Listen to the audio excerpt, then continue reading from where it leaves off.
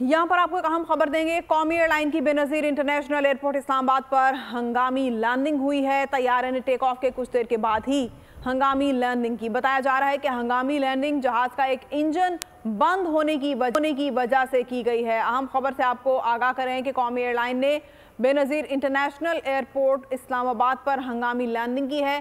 तैयारे ने take off के कुछ देर बाद ही हंगामी लैंडिंग की।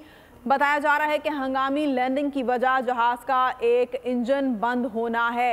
अहम खबर है, आपको अहम खबर से आगाह कर रहे हैं। आपको बताएं कि कौमी एयरलाइन ने हंगामी लैंडिंग की है बेनज़ीर इंटरनेशनल एयरपोर्ट पर और हंगामी लैंडिंग की वजह एक इंजन का बंद होना बताया जा रहा है।